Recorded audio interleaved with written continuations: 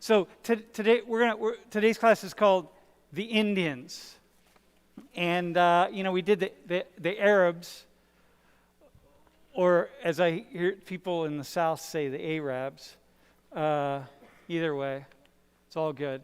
But now it's the Indians, as in Asian Indians, South Indians. And we have 5 of your classmates up here. We'll introduce them in a minute. But the reason I thought let's talk about Indians is because there are a lot of Indians in the world.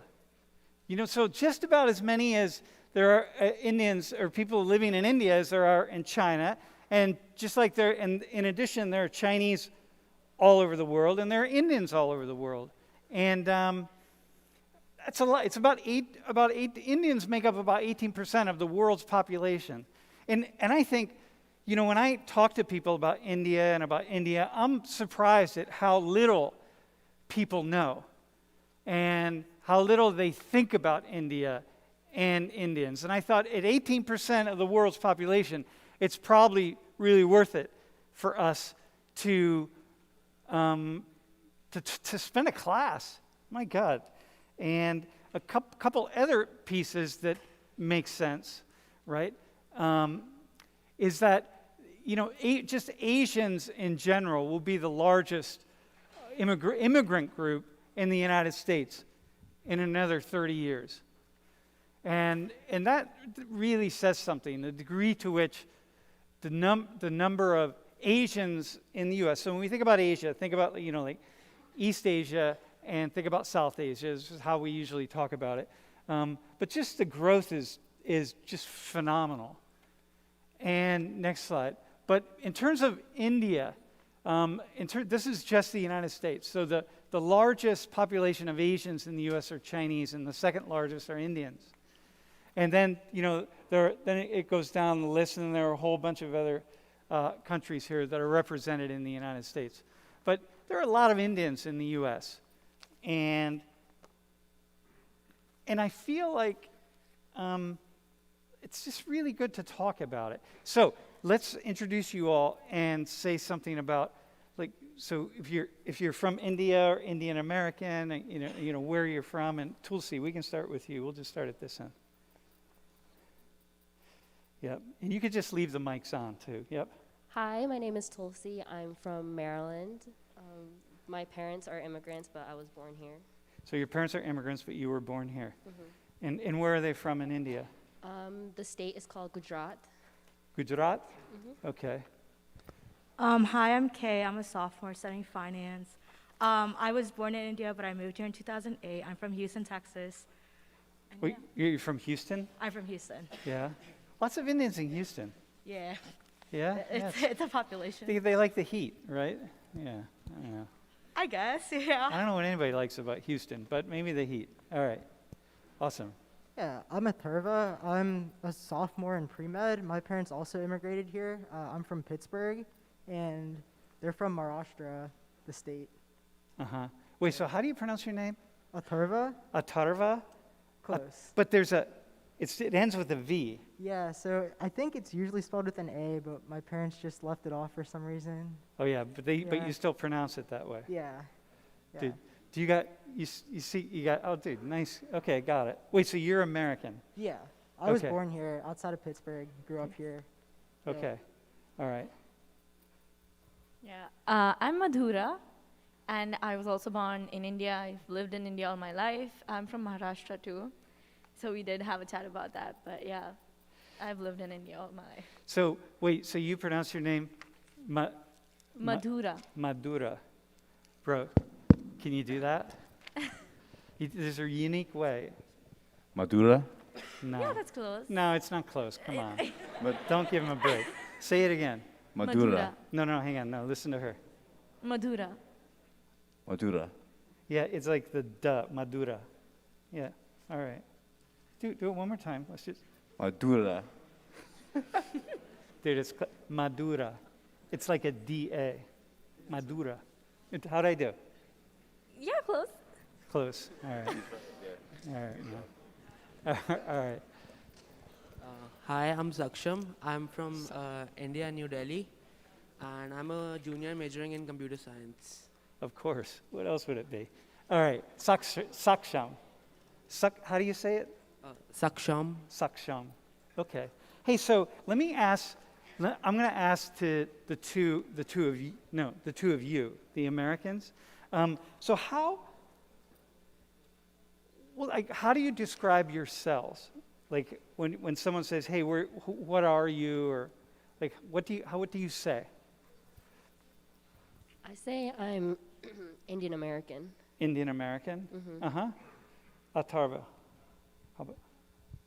Yeah, so usually I would say the same thing, but I think when people ask me, they're usually looking for Indian, right? So I say that a lot too. You just say Indian, Sometimes. and then do they think you're from India? Well, because of my accent, a lot of people realize that I'm probably not like from India. But that's just the experience I've had. But I would identify as Indian American, like Tulsi. Okay. Kay, how about you? I just say I'm Indian, but a lot of people don't believe me because of my accent. I don't really have one anymore, Yeah. but I usually just say Indian. Yeah, you really got. Yeah, it's. Wait, when I did you come moved here? When did you come to the U.S.? I came in 2008. I went back for like about a year and a half due to a death in my family, and then I came back in 2010. And when you started school in India, were you in like private schools or I went to like a religious school. Catholic school? Catholic? No, it was Muslim. Uh-huh. And I studied there. It was like for Ismailis. It was like our leader created the school to like for students to study. So it's very American based. So I knew a lot when I came here, but it was still very difficult with education. Okay. And I'm assuming the two of you people say where you just say Indian. Yeah. Hey, can you put the next? So the reason I ask is because this is an attitude survey, and the reason I was really focusing on the three of you is because this is an attitude. This is how Indians in the U.S. generally speaking respond. So like 43% to that question will say Indian American or Indian, South Indian American, which is really interesting. I've never heard anybody say that, even though that's technically on, or Asian Indian American, right? There you go, or Asian American. So how about this? So I'm going to ask the three of you again on this. How important is your Indian identity?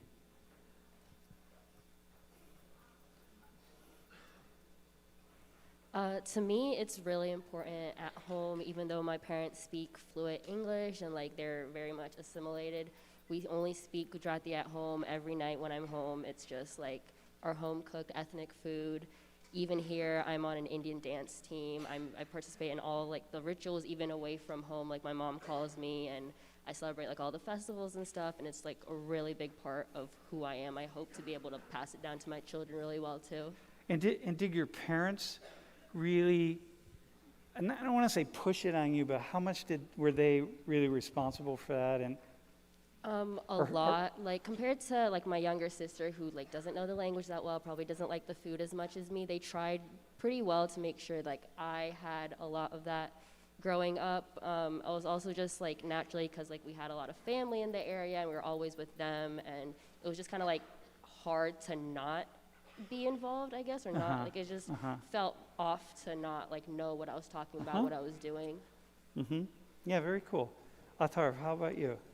Yeah, so I don't think it was as big of a part of my like upbringing and myself as a person. I mean, I know I like am Indian American, but I just don't really think about it as much. Like, I definitely ate Indian food almost every night growing up, and we speak English maybe half the time at home. But outside of that, I just didn't think it was too big. Wait, what's the language of your parents? Yeah, so at home we speak like half and half between Marathi and then English, and then my parents also speak Hindi, but I'm not very good at that, so we don't speak it as much. Yeah. All right. Yeah, and are you the oldest? I'm the only child. Oh, you're an only child? Yeah. You're the oldest, right? So the oldest is going to respond more like you. So did your parents really push you to embrace Indian culture, or did they just let you? They just kind of let me do my own thing. I mean, there weren't too many other Indian people at all, like where I grew up, so it was a little bit harder for them to like get a sense of community or whatever. Got but ya. they just let me do my own thing. Got you. All right.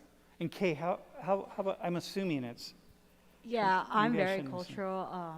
I still celebrate, like, I grew up celebrating all of the festivals and stuff. I still do it here, but, like, I eat Indian food almost every day at home. I order Indian food from here, like, when I'm, like, desperately in need. And I, like, try to stay involved. Like, we have a group called Salsa here. I'm part of that. And I just, like, I love my culture. I, like, talk about it a lot. I try to get my friends involved and stuff like that. your non-Indian friends? Yeah, like we had an event the other, like a couple weeks ago. I brought my roommate and she's like fully Vietnamese. Yeah. So. And so are you Muslim or are you? I am. Uh-huh, okay. I'm Shia though. I'm not Sunni. Uh-huh, okay. So here, can you go to the next slide? So then here's that same attitude survey. So these are, the dark blue is US born and the light blue is foreign born.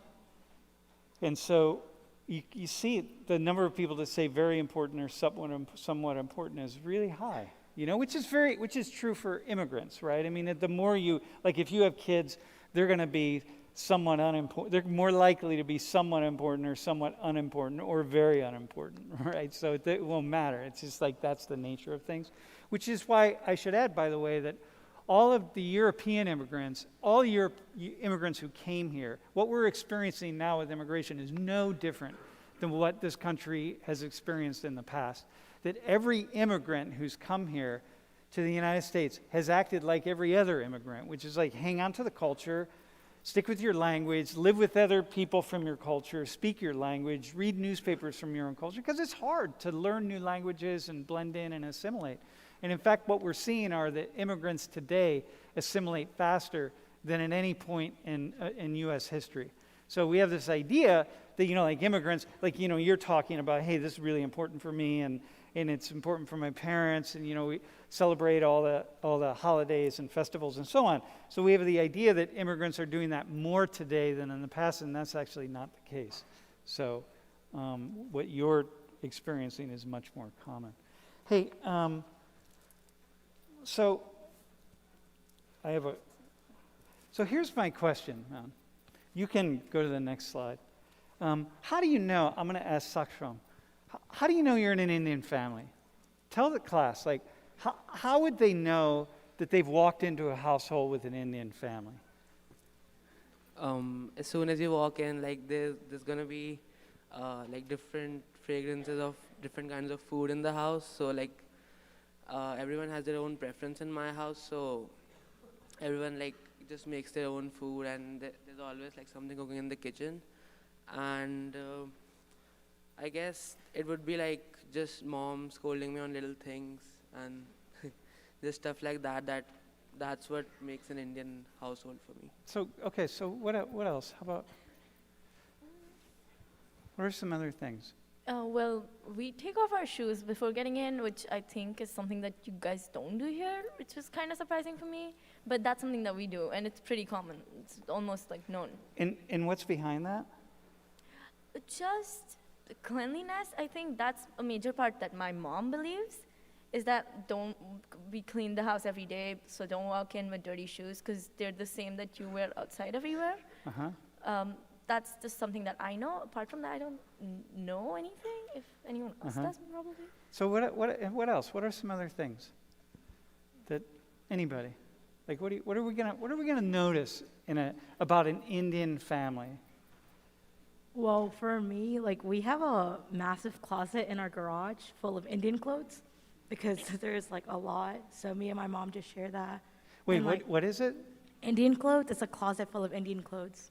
Uh-huh. And we just have that in our garage, and people are like, why do you have a closet in your garage? And we're like, that's for clothes. So, and then it also smells like Indian for food. coats. Clothes, like Clothes, your, like like dresses and clothing. stuff.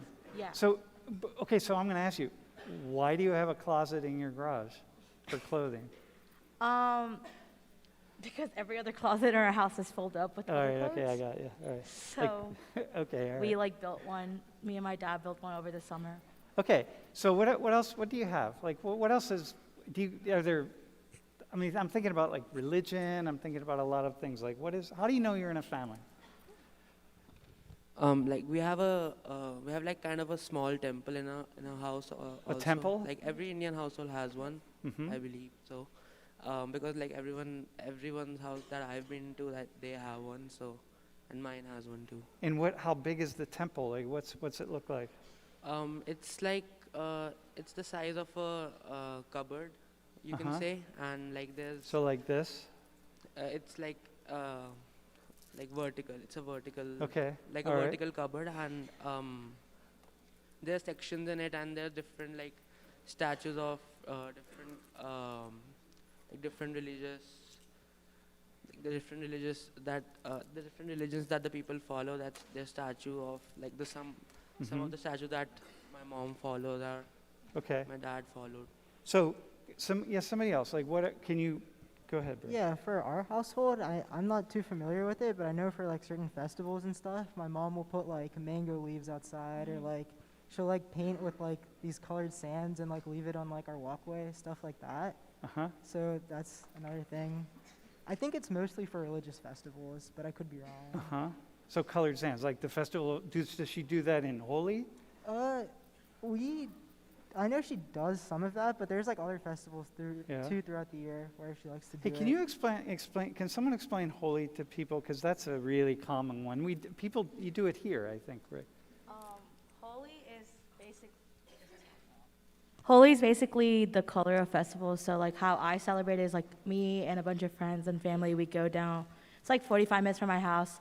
It's like this open field. We have like water guns, like water balloons, and it's just like packets of color. It's like a color run, but you're just messing around with it. And like I know, especially in Texas, like specific colleges and high schools, they celebrate it. And like there's a pond in like UT where like after they celebrate, they all just jump in. It's just like a mess, but it's one of like my favorite festivals. Uh huh. Yeah, it looks like it's a lot of fun. They celebrate it here too. Yeah, like on the hub lawn a lot. Yeah. I see it. Uh huh.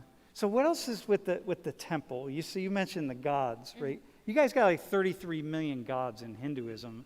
I mean, you only have one. You're a Muslim. Yeah, But, you know. I have a carpet up for like our like it's like a prophet, but not a prophet. It's like a leader. Uh huh. So we have a carpet up, and everyone's like, "Oh, what is that?" And then we're like, "I have to describe it." Uh-huh. And then we also have like mini like gold Qurans all over like by it. So we have like a little section just for that. Mm-hmm. Mm-hmm. Okay. In the Hindus, Tulsi, do you have? Yeah, so I forgot who said it over here, but we also have a little, like, I guess I'd say it's a shrine, basically. It's kind of like, it's about this tall, and it's like in the corner of a house. It has like little statues and pictures of like the deities, and like even when you walk in, we have a little statue like right on our like welcome table. And there's just like a table like right in front of our door, and Uh-huh. we have that there. Like if I come into your house, could I say a prayer there? Could I Yeah. light incense? Mm-hmm. Would I be able to say a prayer? Yeah. Yeah? Awesome, man. Like what would I pray to? Like Shiva or Krishna or? So I feel like the way I was raised, everyone just kind of like, I wouldn't say picks like a god that they'd want to pray to, but like throughout the year there's like different religious events where you pray to a specific god. But like in general, if I was like trying to pray every day, I just pick one that like I want to like pray to. Based on what? Because seriously, there's like in Hinduism, Yeah. there's like 30 million gods. So I could like, dude, those are some rockin' sneaks, man. I would imagine that you could pray to the god of cool kicks for a pair of those. I'm going to pray to the god of cool kicks for a pair of those, man. Yeah, so, It really depends. Like each god, some of the gods have like their own like different reason for like why they're there. There's the creator, there's like the destroyer, stuff like that. There's a goddess of wealth, there's a goddess of like life and stuff like that. Normally for me, I'm not religious in that sense. Like I'd pray every day for like just to pray. But if it comes down to it, there's goddess Lakshmi. Wealth. She's the goddess of wealth, and it's also like seen when you have a daughter in the household. Like that's like who brings the goddess into. Like when I was born, my parents like sent out cards with like Lakshmi on it because like I was bringing wealth and like prosperity because that's what like a woman is thought of. oh, yeah, very cool. That's cool. Awesome. Yeah, I think it's really fascinating, actually. Hey, so can we go back to, well, so what else about an Indian family? Like, is there anything else that you? Yeah, I have like a few random things that I think we can relate to. Is that every Indian household, you can make out from the decor of the house, kind of, because it's really distinct. It's really colorful, and especially because I know and I come from India, and all the like street shopping places have like a distinct kind of design. Yeah. And all these designs are just so easy to like spot. So I think like colorful bed sheets, it's so easy to recognize an Indian household Yeah. with colorful bed sheets. They have like mirrors and stuff and beads on it. I think it's really distinct. Apart from that, like we have like stringy hanging things at the doors. And I think that's also something that's really specific to Indian households. Yeah. So that's something. Dude, Also, by the way, colorful bedsheet thing. So a former TA of ours, her and her mother came to visit and gifted us a whole bedroom outfit with like a bedspread and pillow covers, pillow shams. They're really colorful. So yeah, it was very cool. yeah, and also something that is really specific to Indian households is that we do not use ceramic plates. We usually Ceramic. use like stainless steel, and it's so easy to spot because I'm so used to, like, I grew up in an Indian household, so it was very normal for me to like just pull out a stainless steel bowl or a stainless steel plate. But coming here, it was like, it's so easy to spot because I know Indian families here, and they still use stainless Yeah. steel like plates and bowls. So that's something that might be weird to You all were shaking your heads on that. That is really uniquely, I don't know that in any other culture. I've never seen that, but only in the houses of Indian friends and colleagues. Yeah. Also, the way of eating is very different. Like majority of Indians, they eat with their hands and not like with silverware, Yeah. which is like when you come here and then you do that in front of like a different ethnicity, they're like, what the heck are you doing? Yeah. Like they look at you really weird. So Yeah. that's something you like, if you see someone eating, you'll be like, oh, he's Indian or she's Yeah. Indian. Yeah, and a lot of cultures do that, right? Like in the Middle East and Africa. But hey, speaking of food though, we did we have some Indian food that's really spicy, and I would like it'd be really cool if a couple people would try, someone who's never had Indian food before. If you want to, it'd be nice to have a couple volunteers, like 2, who want to try some rockin' Indian food. Have you ever had Indian food, bro? You never have? Dude, all right, come on. Somebody else. Who It's wants- like really, really spicy. So if you cannot handle spice, I would not recommend. Nah, I would. It'll be good. There's a bathroom right in the back. It's all fine. No, it's all right. There's a bathroom right through those doors. Yeah, bro, come on down. All right. Hey, Kay, can you come over and like kind of help them out? Can you come help them out over here? Oh, you can. Oh, all right. Hang on.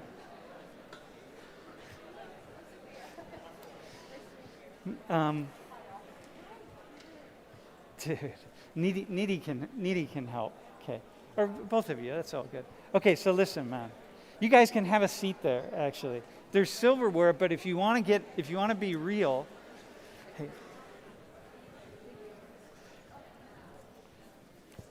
Wait, when you take your first bite, though, do me a favor, though, because separate yourselves a little bit, and when you take your first bite, we want to get it on camera here. All right. So all right, man. So here's my next question while they're getting ready. All right, hang on. So how do you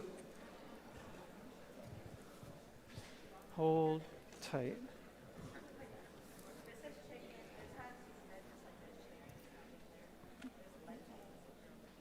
Hey, so take a look. I want to show some data here.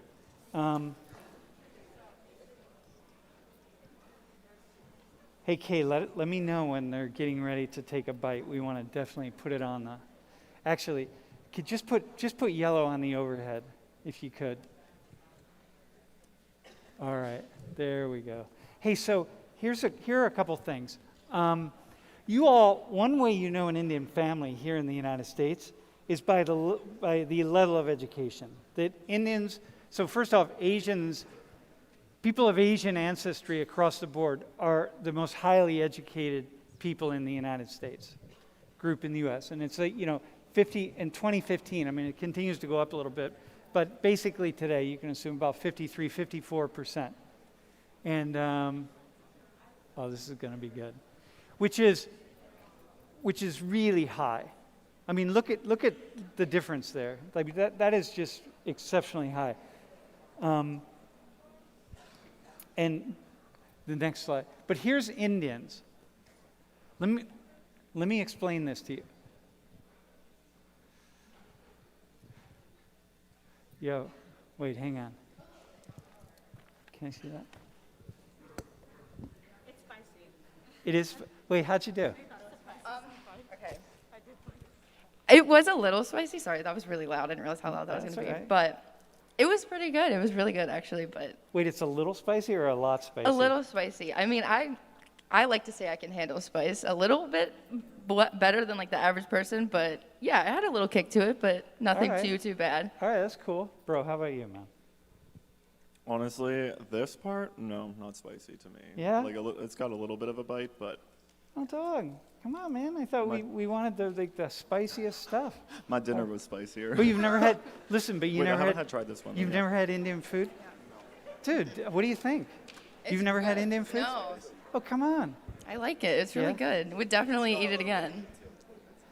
Bro, I think it's got a little bit of heat to it. yeah. Dude, dig into your white man roots, my friend, and man up. All right. Chicken's good? Dude, it looks good. Would you get it again? I would, yes. Well, you can just keep eating here for a hot minute literally for a hot minute, because I'm going to keep going for a second. Okay, so look, I didn't eat dinner after. percent of U.S. Indians, this is just U.S. Indians, okay? And U.S. Indians 25 and older with a college degree. So of all Indians, we're looking at 75% of all Indians have at least a bachelor's degree. 75% in the United States of all Indians. But U.S. born, it's a little lower, but foreign born, it's higher. And that's mostly because in the United States, we keep track, we're careful about who we're going to let in.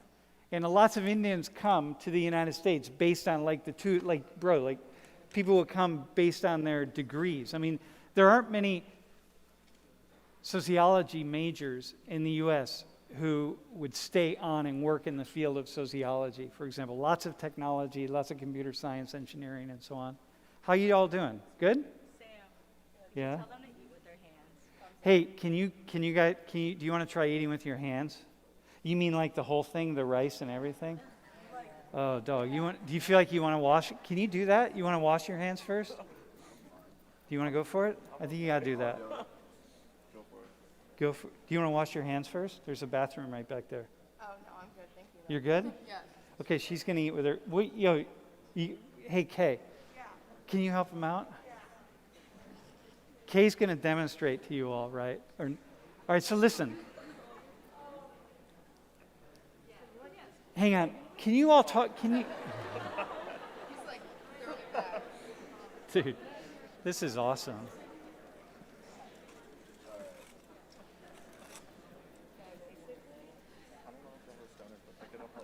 Dude, you got it down. I have a feeling Indians don't do it like that, bro, but that's all right. Do you do it like that? You put your head back and just drop it in? No. He gave it the good old college try, though. I was impressed. Okay, here we go. A little more like that, right? Okay, bro, the word, what's your name? Jacob. The word from the experts is you're getting the hang of it. All right? Yeah, you got that. All right. So can you, Tulsi and Atar, can you talk about this a little bit, about being highly educated? You are the most highly educated ethnic group in the U.S. So can you say something about that? How is that? Like, why? What's behind that? Yeah, I mean, like you said, I think it's a lot of the fact that a lot of Asians kind of immigrated a little later on once they started to control it, and it's a little bit harder to get to come here, and they really do look at things like your education, and if you're coming here to study, like how likely are you to finish your degree? Are you already educated? Do you provide something that they can't find here?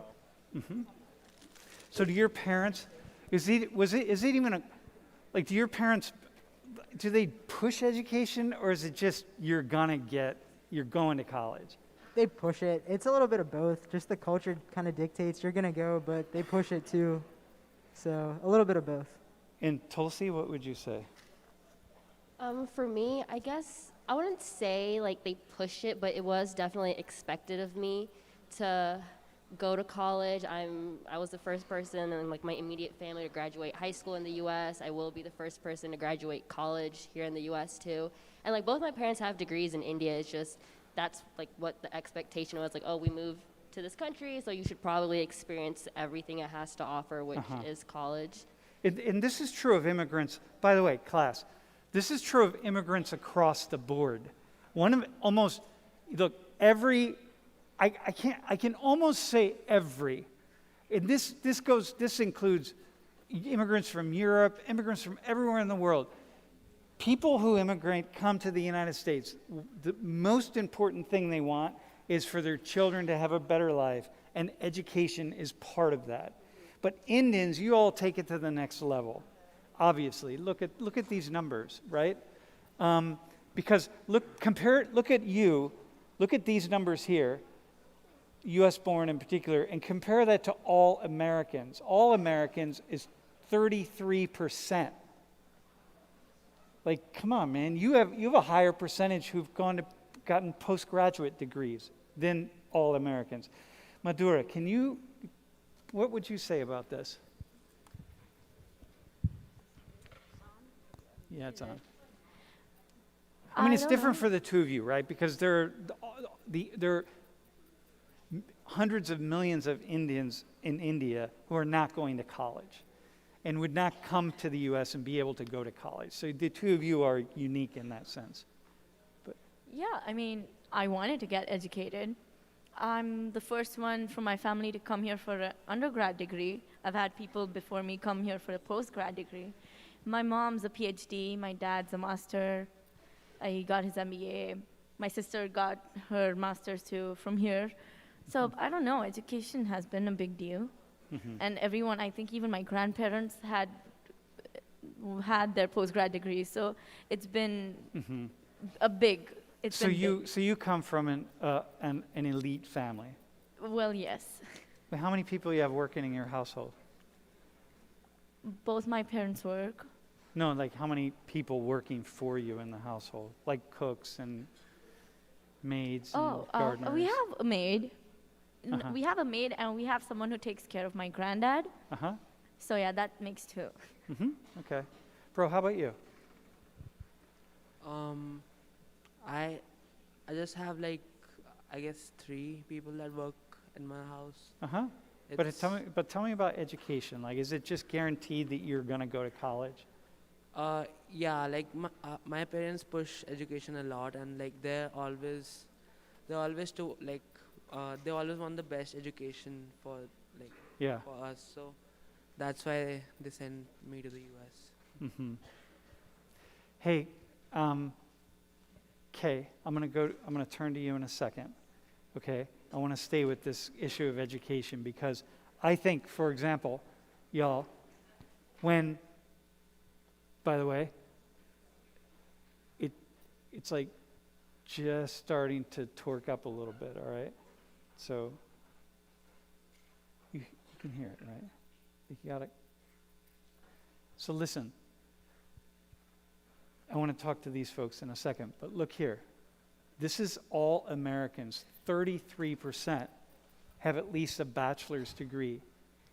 Indian Americans in the U.S., it's 75%. It's over double.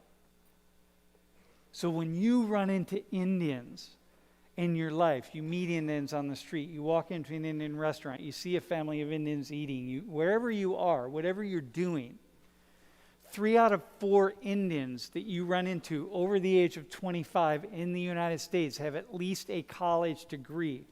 1 out of 4 just about higher, 1 out of 3 of everybody, all other people do, or on average do. If we take Indians out of there, that's even lower. Like, this is mind-blowing, right? So it's like, what has happened? Like, what happens? Like, Kate, so you've lived in both worlds. Like, what would you say? Like, what is it about Indians and education and coming here?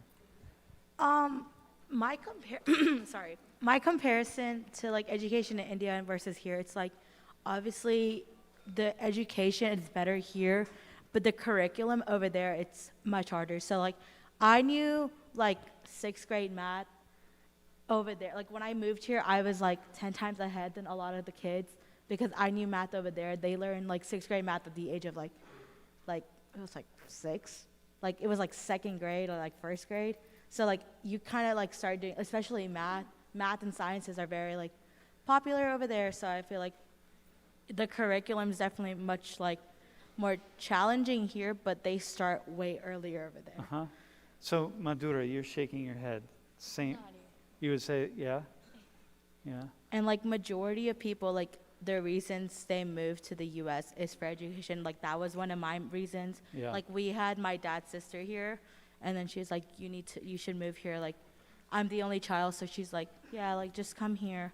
So my education, like I struggled a lot, and like when I moved with like English mostly, like I used to like fail everything, but eventually it got better because it just like you need to develop like the skills to like the curriculum here versus like over there. Mm-hmm. Okay. Yo, hang on 1 second. All right, y'all. Jacob, right? Yeah. So give us your assessment. I don't know. I thought it was pretty good. Will you have it again? Yeah, I'd have it again. Yeah? Yeah. So what have you been waiting for your whole life? There's like Indian restaurants all over the place. I don't know. Just never got around to it? Nah, I never thought about it. What's your favorite food? Like in general, Yeah. I love pasta. Oh. All right. Well, there you go. Yeah. And what's your name? I'm Sophia. Sophia. So what's your overall assessment? It was really good. Definitely a little spicier, but I would definitely get it again. And yeah, kind of the same thing as him. Like I just never got around to it like before. And like none of my friends eat Indian food either, so it's just like nothing that crossed our mind. And hey, where's Needy? Where should they go? Indian Pavilion? On Calder Way. Okay, I'll do that. Bro. What's your name? I'm Cole. Cole. What's your overall assessment? I really liked it. I liked putting the chicken mixed with just all of it on top of the bread.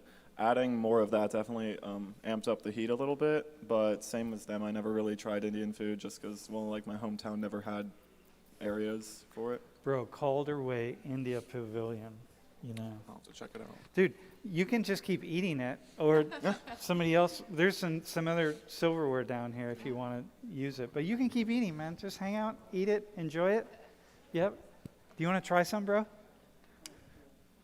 Yeah, go try some, man. Absolutely. Hey, so can we go to the next slide? So I want to show you this. Class.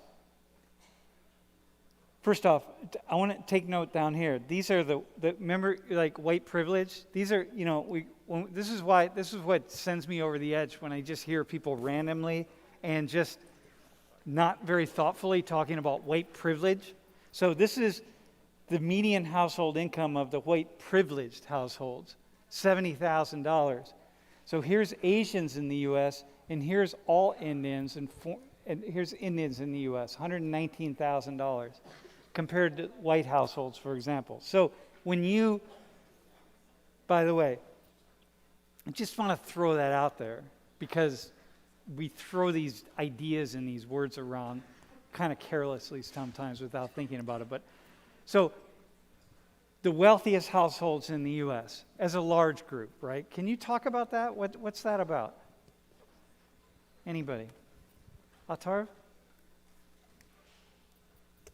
I mean, I don't have too much to say. I just kind of think it's a byproduct of what we talked about earlier, where if you have more advanced degrees, you're probably going to get jobs that are higher paying overall. Mm-hmm. And what do your parents do? My dad's an engineer and my mom's a teacher. Uh-huh. Yeah. Okay. Yeah. I kind of like say the same thing. I feel like there's a very big stereotype of like, oh, a majority of Indian people are very rich. I don't usually believe that. I can't say the same for like my family, but my family versus me, like my parents, it's kind of different. So. But what do you think about this? Like if I ask people about Indians or India, being wealthy isn't, people think about India, they think poverty immediately, right? It's like Mother Teresa, Calcutta, poverty, et cetera, right? When you think about Indians here in the United States, very few Americans know that Indians are at the top of the income chain, the household income chain. So like, how is that for you all? I feel like Indians just like from back home, a lot of their money comes from past generations, not like what they're like. Obviously, they're earning good money right now, but like I know my family, we have property like basically all over the world, so like that's like a way of income. Like my parents' jobs are a way of income. Businesses we have like in India, that's a way of income. So like I feel like that it all like combines together. And Tulsi, what would you add to this? For me, I feel like growing up, I got a lot of like, oh, brown people are like doctors, and like they all like anytime I met someone like, oh, do you know this person, like this doctor? I feel like a lot of people associate Indian people with like being in STEM. I definitely fit the stereotype growing up. I was a little brown kid that was really good at math, and like people knew that. They all like assumed that people who are like brown people, like, oh, I have like a doctor who's brown, or, like maybe you know them. It's kind of been like growing up, like I've always seen that people automatically think Indian people and STEM, and like obviously STEM majors and like careers in STEM make money. Yeah. So again, part of it is the people who are coming to the U.S., right? They're not the lowest caste Indians. So do the two of you, like when you think about, if you think about being back in India, do you remember having conversations about Indian Americans being at like the wealthiest households in the U.S.? I know that because I have people who migrated here from my family who live here now, and they make bank. They are really rich. They probably don't show it. I mean, of course, we're Indian. We have that kind of saving mentality, and we're all like, we do stem from a middle class upbringing. Wait, hang on. Can you say more about that? You're More Indian, so you have a saving mentality. Can you talk about that? Well, that's not really stemming from my nationality as such. It does come from your upbringing, I believe. All right. So maybe because they were raised in a middle class family, they know where they're coming from, and so they value money a little more than people who inherited money or who've always like lived rich.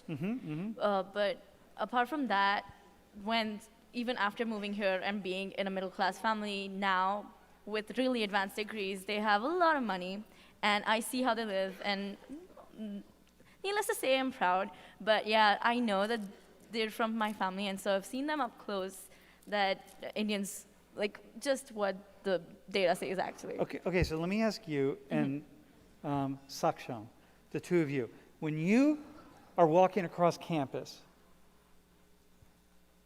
or if you were walking through the class, if I brought up all the Indian students here and you didn't know them, would you know which ones come from money and which ones don't? Or how close do you think you could be to like really pick them out? I think the first thing could be what the person is wearing, or I don't think there's anything other than that I can see to distinguish them as. All right, okay. And do you have anything? I wouldn't say like looking at them, of course, what they're wearing, but from my shoes and from what I'm wearing. But if I get to know them, or if I go shopping with them, I can instantly make out where they're coming from. Yeah. Because I double check price tags. Yeah. And I know some of my friends don't, but I've been raised that way. And I'm not saying like I'm poor. Of course, I come from an elite family, but it's just what I think. So I double check price tags. I make sure it's the cheapest thing and the cheapest alternative. But then if I go shopping with someone, I'll probably make out that they don't care as much. I got you. Can you pick out the people Indians who come from money and Indians who don't? Kinda. I don't, like, you can't really tell, like, based on what they're wearing. Like sometimes you can, but like if I Yeah, had because like, look, you're wearing jeans with holes in them. You know what I mean? Like, my God. My mother would say, like, she would think you were poor. yeah, I've been called by my grandma. She calls me a homeless person when I wear these. So yes. Yeah. All right. But something that I would like to say with that, Indian people are very cheap. Like they're very, very cheap. Okay, so Indians are known to. So hang on. So can you go to the next slide? Okay, being offended. I want to talk about how Indians are offended, right? Like what? So we're going to come back to come to being cheap. That like, what offends Indians? What's offensive? This is not offensive, but it's just more funny to me. But I feel like some people can take it offensive. Like your typical Indian dances that people do to like mimic you. Like I think it's hilarious personally, but others might like be offended. Like someone from India, like that is like very caring about their culture, they might be offended. Wait, hang on. You were shaking your head. Yeah, I feel like they have like 2 to 3 moves that they consider Hollywood. Like, Wait, sorry, can you Bollywood. demonstrate that? What are the 2 or Yeah. 3? They're like something Okay. like this or like that too. Yeah. It's so like stereotypical, and Wait, that's hang not on, how hang on, Indian hang on. people dance. Like this? Yeah, or like this too. Oh yeah, this. Oh yeah. Okay, I got you. Yeah. Cause there's this movie Aladdin. I'm not sure that they came up with a live action or whatever. They had such stereotypical Bollywood moves, and that's not how we dance at Bollywood. Like we know hip hop, we know other dance forms, so that's something I don't know if it's offensive-ish, but it's kind of like that's just wrong. Is it offensive for you when people mimic dance? Can you talk about that? Yeah. So like Bollywood is just like beyond, like it's a lot of stuff. A lot of like Bollywood actors and performers, they know hip hop. They're all trained in hip hop and like dance moves that like you wouldn't really think are traditionally Indian. And like seeing that, because that's what people think of us, and it's like, well, there's a lot more beyond just that. Got you. Okay. So what else? What else is offensive to Indians? You said being cheap. The stereotype of Indians is that you're really cheap. Yeah. Is that offensive?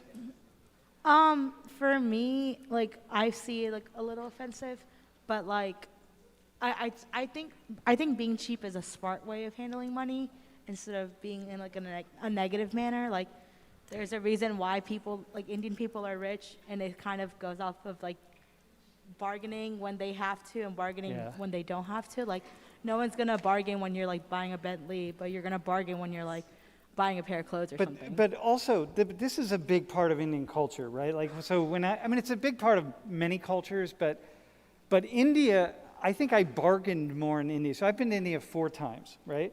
I feel like I bargained more in India than anywhere else, right? And I'm pretty good at it, but in India, I was like, I was lost, you know? It's so, you all are just so fast and so on. And every time I thought I was getting a good deal, it's like, oh, I really nailed that. Yeah, that was great. And then I found out I totally got ripped off. And I'm like, oh, fuck, how did I get ripped off?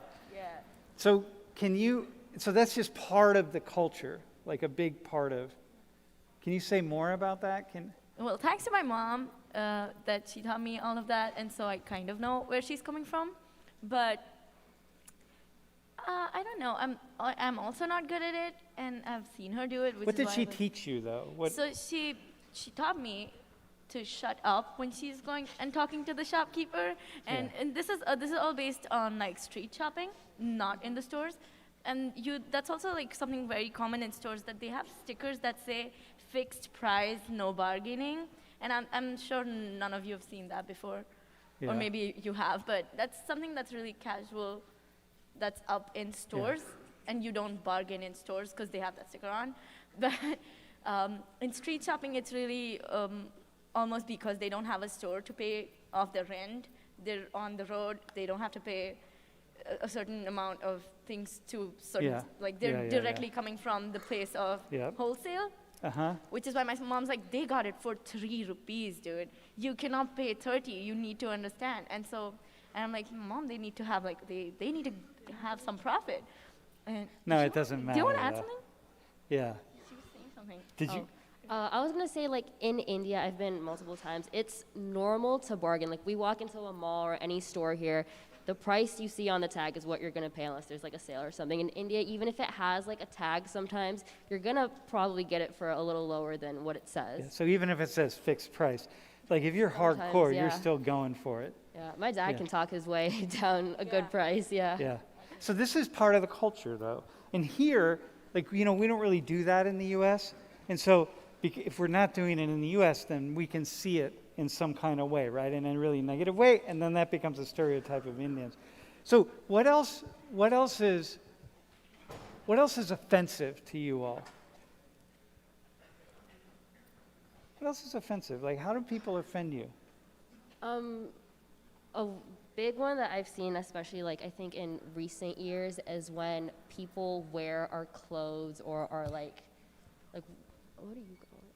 A bindi. Like a bindi and stuff like that, and that's just for fun, you know, with like popularity with like music festivals like Coachella and stuff like that. People just think, oh, it's pretty, it looks nice, but there's so many deeper like meanings and reasonings behind that. And like I know, like, when my mom first came to the U.S., like, if she'd, like, step out in public after going to the temple and she had her clothes on or the bindi on, like, people would definitely talk about her. And now it's just, like, a normal thing, and it's pretty, and it's, like, it's nice to look at where people, like, Indian people get made fun of for. So can you explain what a bindi is? Hey, can you darken it and put a bindi up? Can you say what that is?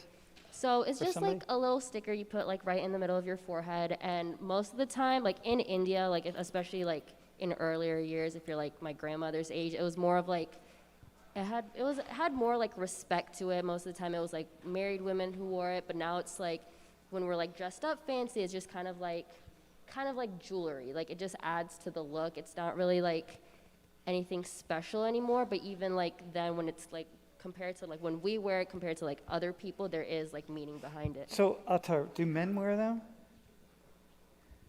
I think she used to, but I don't think so anymore. Although I don't really pay attention to it. Yeah.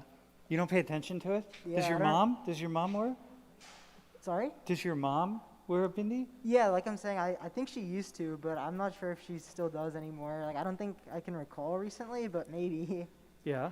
I'm just not And very. do you? observant. And when you came, Yeah. see there is. So, Madhura, when you came, would you wear a bindi back in India? No, I think it's more like obsessive for me. Okay, I got And you. like it's as an accessory. But a red bindi I know is significant of being married because it replaces a sindoor, is something that we put within our like middle part. I don't know what that is. Do you know with the bindi though? Do you Uh-huh. like? Can I say something about the bindi? Yeah, sure. Like, so, you know, the human body, the idea in Eastern, especially in Hindu, like cosmology, is that we have 7 primary chakras, and chakras are energy points. So you have the crown chakra, you have the third eye chakra, you have the throat chakra, and then the neck, the heart, and then I think it's either way. Then we have 3 more chakras, so there's 7, right? The third eye is the one this is the point. The bindi represents like the center point of consciousness. Like the bindi means in Sanskrit, it means like dot or center, right? And so it's like really the focus of God. And your third eye is the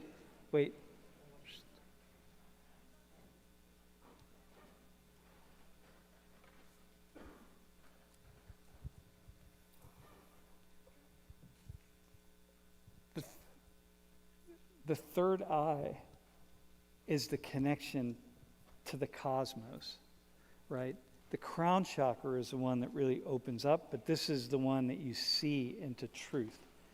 And so the bindi, in a way, represents that. It's like, Jews wear the kippah. And I always had this idea that the kippah is really to protect the crown chakra. Like when you're outside, like you have to protect this because this is your energy point. Right? And the bindi represents the energy point here, which is that third eye, which is what we see into the cosmic consciousness. And so that's the ultimate representation of that. But what's happened in India is like it's taken, that is gone from what the representation is in the deepest level, and it's been merged into the culture. So married women use it versus it's used to symbolize lots of things, but that's the essential symbol of it, which is really awesome. And so there's a way in which many cultures historically around the world, people did things to cover their head, the crown chakra, but also cover that third eye. And the bindi represents that. But it's very cool, actually. So anything else any names that you are called? Have any of you ever been like called names or anything, or is this all good? What's that? You say names? No, any names, yeah. It's all good? Yeah, I know that, well, I never took offense of this, but I know that some people do. And I recently realized in the middle of a training or something that people get offended when someone says to us that, hey, you're from India, but your English is so good. Uh-huh. And I never got offended because, I don't know, I would just take it as a compliment, or I would just like brush it off saying, I was raised in an international school, so I've spoken English all my life. But you have that sing-song accent, which is really cool, right? Yeah, I think we do I don't that know how in to, India. I don't know how to pronounce it. Yeah, probably. But you don't even, right? You don't even yeah, hear it. I didn't recognize that Yeah? until you pointed out. No, really? It's so cool. Like this Indian, this way of this dialect of speaking. It's really awesome, right? Thank you. So, how about Kay? How about you? So when I first came here, my cousins, they called me a fob. Do you know what that means? No, what's that? It means fresh off the boat. Oh yeah, right. Fob. Oh, fob. Yeah. Yeah, so that's Except like, that you were the fa. You were fresh Yeah. off the airplane. It should have been fa. so it was basically like people say that when you like have an accent, you can't really talk English properly, because like my accent was like horrible. Like Wait, hang on. I just want to say something here.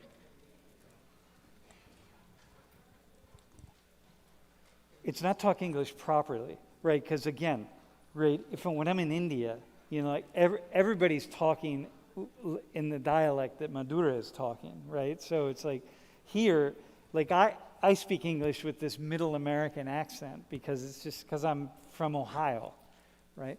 But yeah, so it's not, I just want to be really clear, it's not properly, it's just without the particular dialect. And in Houston, they speak English very differently than I speak English, very country, yes. Yeah, very something. I don't know what it yeah. is. Okay, so go ahead. So I used to say like words. I used to say like this. When I say this, it sounded like shit, and like sometimes like stuff like that. And like they're like, my cousin's like, oh, why are you cussing and stuff like that. It was just my dialect. It was so different. But a lot of like people that like moved to the U.S. that like their accents very different with English. They always be like they're called a fob most of the time. Yeah. So I feel like some people, like I took offense to it when I was younger, because I'm just like, why do you keep calling me that? Like, it's like you're my cousin, and they're like, well, we're trying to teach you how to speak English. Yeah. Because they think like the way I'm speaking is wrong compared to how they speak. Yeah. So like, it's a thing that a lot of people like, you could see that as offensive.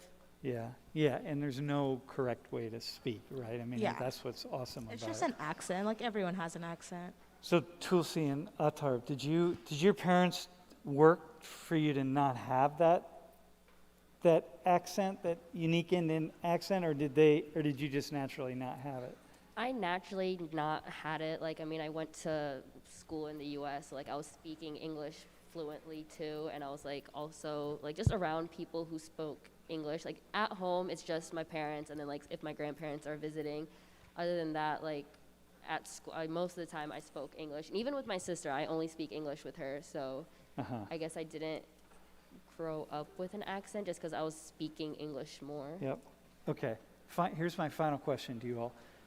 Can you explain Bollywood to the class? What's Bollywood? What's unique about Bollywood?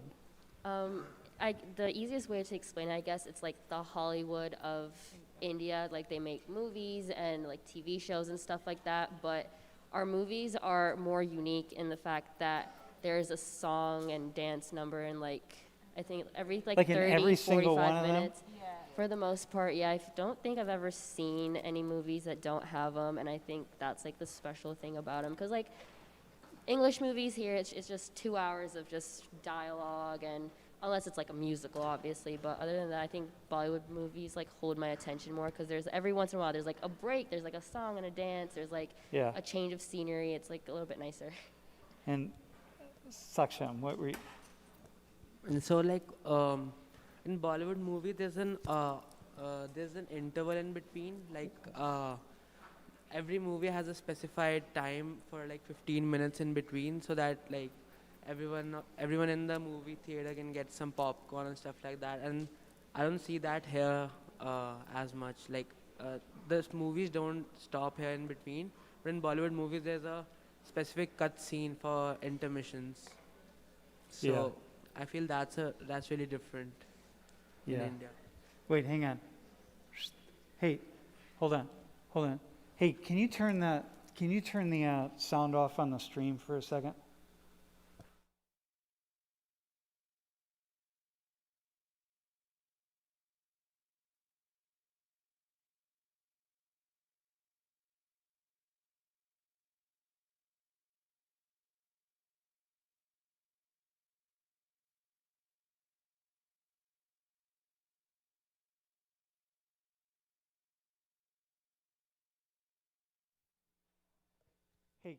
Hey, you were going to have something. Yeah, so Bollywood movies are very long. They're about 3.5, 4 hours. So like,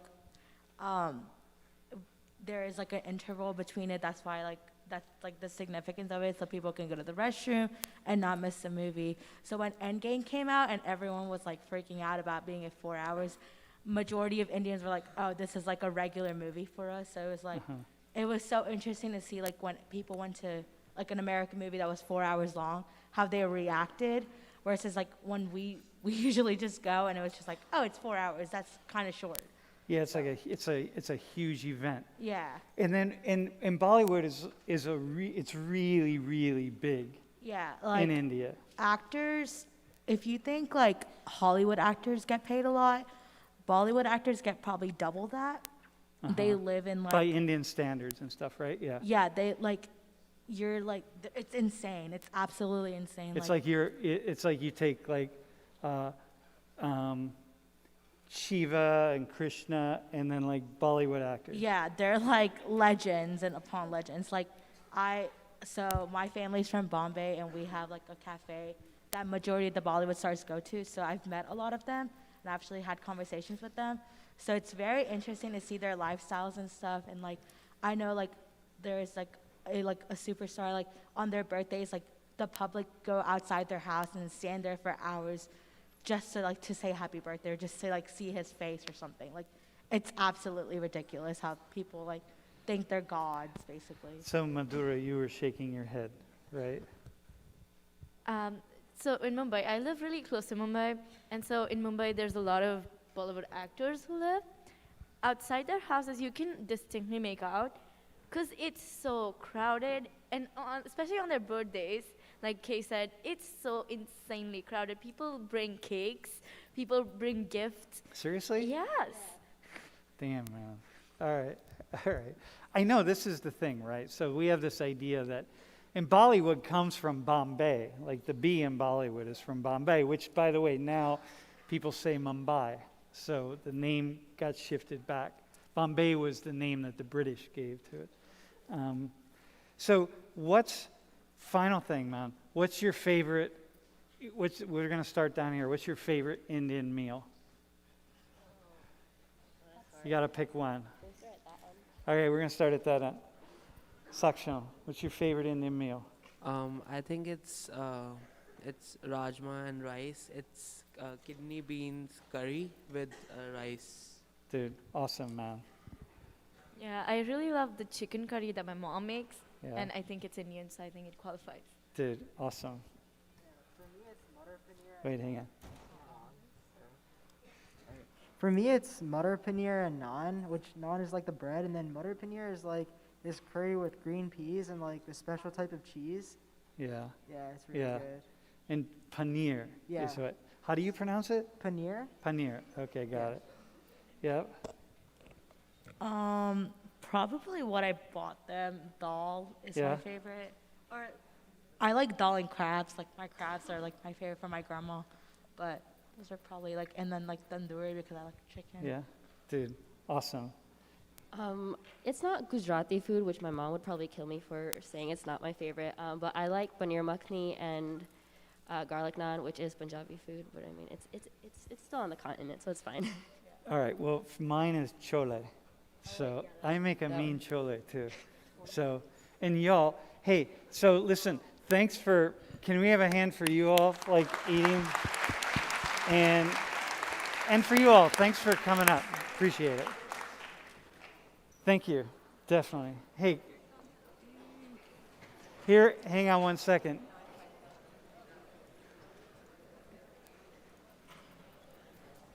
Hey, by the way, you can just put that whole thing up, but either way. Hey, just so you know, Tuesday, we don't have class Tuesday. This coming Tuesday, we don't have class. But you will get a video that you're going to be watching. And so I'll send that out. So we'll have class next Thursday. All right.